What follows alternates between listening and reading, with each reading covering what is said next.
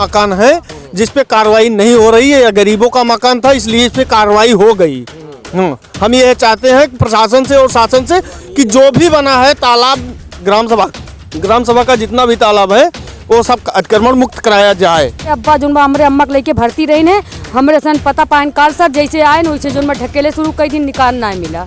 हाँ हूँ ये मकान है जो कभी यहाँ लोग रहते थे, अब वो मकान नहीं है क्योंकि इन मकानों को गिराया गया है। कल यहाँ बुलडोजर आया था और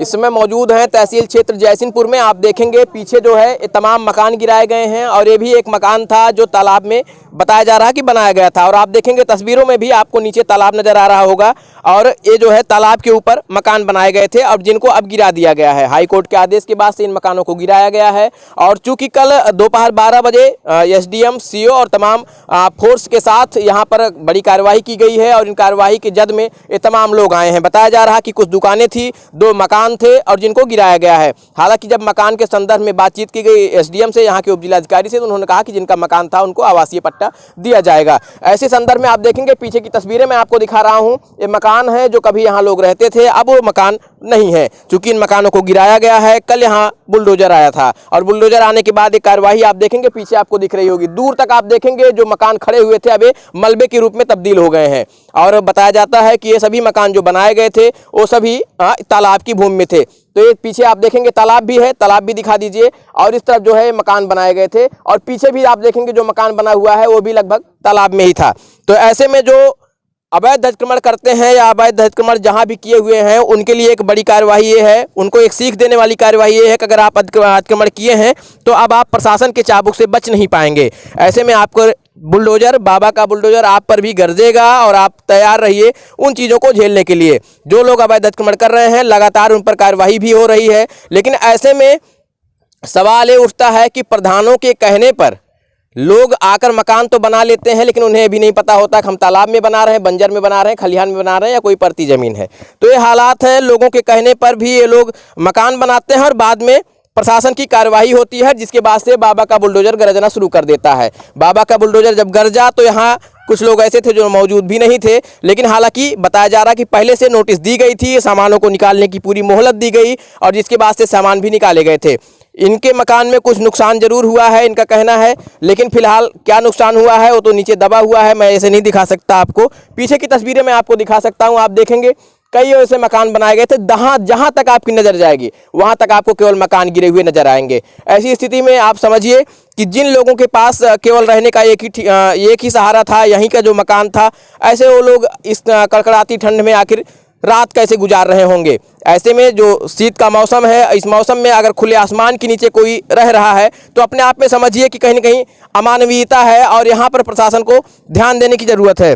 हालांकि कल एसडीएम ने कहा कि 2 लोगों को जरूर आवासीय पट्टा दिया जाएगा, लेकिन उस आवासीय पट्टे से भी लोग नाराज नजर आ रहे हैं क्योंकि उनका कहना है कि जहां पर आवासीय पट्टे की ज़मीन बताई गई लेखपाल के द्वारा वह ज़मीन भी किसी के कब्जे में है, जिसके बाद से वहां भी विवाद उभरता नजर आ रहा है। ऐसे में प्रशासन आखिर क्या उन आवासीय पट्टे जो बता रहे हैं उनको कब्जा दिलाएगा या फिर केवल बाबा का बुलडोजर गरज जाएगा और बातें खत्म हो जाएंगी।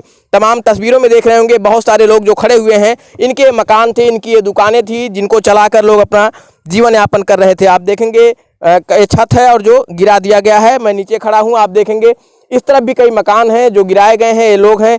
और आप ही का मकान था क्या ये? हाँ, मगर मैं रुका ना, गिरा दी तुरंत पहुंचे, बस तुरंत ढकले शुरू की। सामान निकलवाने का मौका दिया गया था? हाँ, सामान निकाल दे रहे सर। हमरे अब्बा जो हमरे अम्मा के लेके भर्ती रही ने, हमरे सन पता पैन कार्ड सर जैसे आए न वैसे जो ढकेले शुरू कई दिन निकाल ना मिला। हाँ, ये स्थिति है।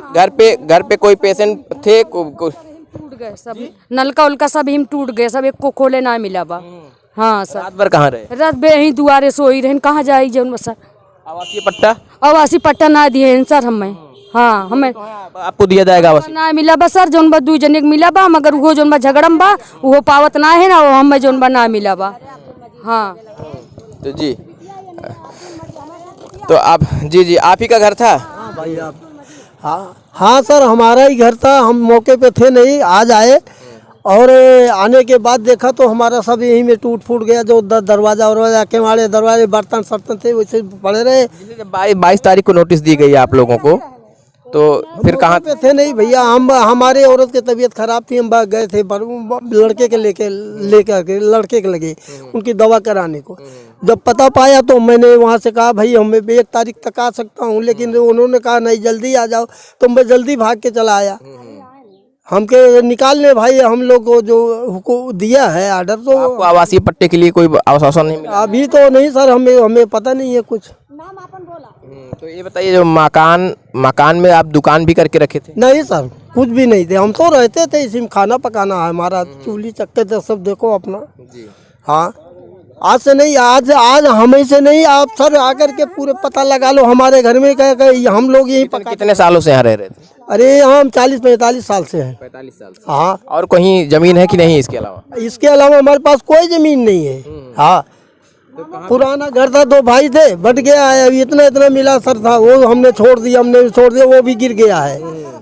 बस इतनी जमीन होगी कि 2-3 फुट मिलेगा 2 आदमी का, लेकिन हम उस पर नहीं थे, हमारा अब्बा ने बनवाया था, तो हम यही रहते थे। हाँ,